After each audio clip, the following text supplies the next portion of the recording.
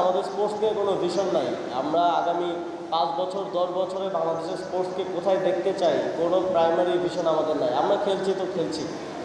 যারা সাবেক ক্রীড়াবিদ, কোচ এবং ক্রীড়া সংশ্লিষ্ট ব্যক্তিত্ব আছেন, তাদের দেশের প্রতি যেই ভালোবাসা, সংশ্লিষ্ট ক্রীড়ার প্রতি যেই ভালোবাসা, সেখান থেকে তাদের থেকে বেশি কেউ আমাদের ক্রীড়ার উন্নতিতে অবদান রাখতে পারবে না। মন্ত্রণালয় এই অন্তর্বর্তীকালীন সরকার দায়িত্ব গ্রহণ করার পর থেকে আমরা ক্রীড়া ক্ষেত্রকে ঢেলে সাজানোর উদ্যোগ গ্রহণ করেছি এবং প্রকৃত অর্থেই ক্রীড়া সংশ্লিষ্ট যারা আছেন তাদেরকেই বিভিন্ন ফেডারেশন, ক্রীড়া সংস্থা এবং সকল ক্রীড়া প্রতিষ্ঠানের দায়িত্বে নিয়ে আসার পলিসি নিয়ে আমরা প্রথম দিন থেকে কাজ করে যাচ্ছি এবং বিগত সময়ে বাংলাদেশের ক্রীড়া ক্ষেত্রে ক্রীড়া সংশ্লিষ্টদের সংশ্লিষ্টতা না থাকার কারণে যে ক্ষতিগুলো হয়েছে সেগুলো পোষানোর আমরা চেষ্টা করে যাচ্ছি এবং আমরা বিশ্বাস করি যে বাংলাদেশের যারা সাবেক ক্রীড়াবিদ, কোচ এবং ক্রীড়া সংশ্লিষ্ট ব্যক্তিত্ব আছেন, তাদের দেশের প্রতি যেই ভালোবাসা, সংশ্লিষ্ট ক্রীড়ার প্রতি যেই ভালোবাসা, সেখান থেকে তাদের থেকে বেশি কেউ আমাদের ক্রীড়ার উন্নতিতে অবদান রাখতে পারবে না।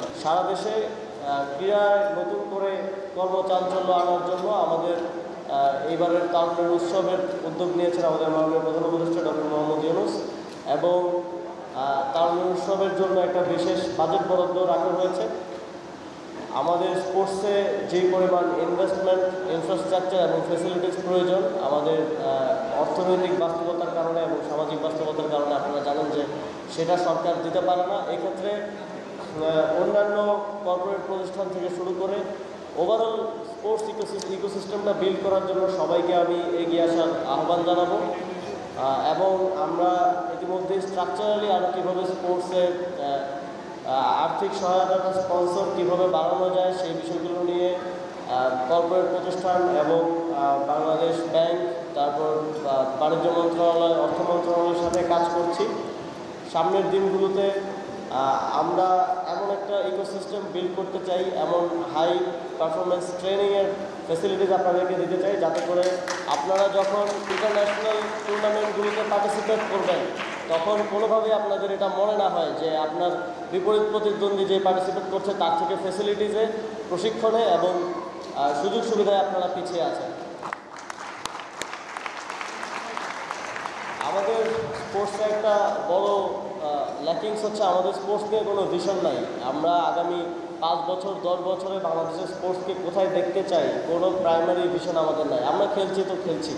তো ক্রিকেটে আমরা অনেক ভালো করলেও, আমাদের অনেক সুনাম থাকলেও, আমরা এই ভিশনের অভাবের কারণে আমাদের এখন পর্যন্ত কোনো ইন্টারন্যাশনাল ট্রফি নাই। আমাদের অলিম্পিকে সবচেয়ে বেশি জনসংখ্যা সম্পন্ন দেশ হিসেবে কোনো মেডেল নেই।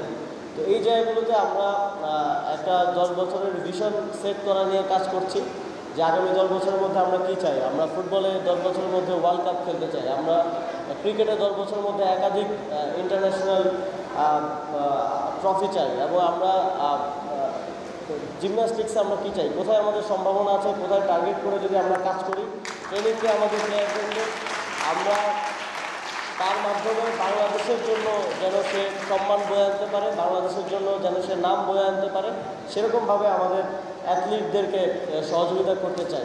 কোন 55টা ফেডারেশনের মধ্যে কোন ফেডারেশনগুলো থেকে আমাদের ভালো সুফল বয়ে আনার, ভালো জেনেটিক্যালি এবং ওই এনভায়রনমেন্টটা আমাদের আছে যে আমরা দেশের জন্য সুনাম বয়ে আনতে পারবো, সেই ফেডারেশনগুলোতে আমরা ফোকাস করতে চাই।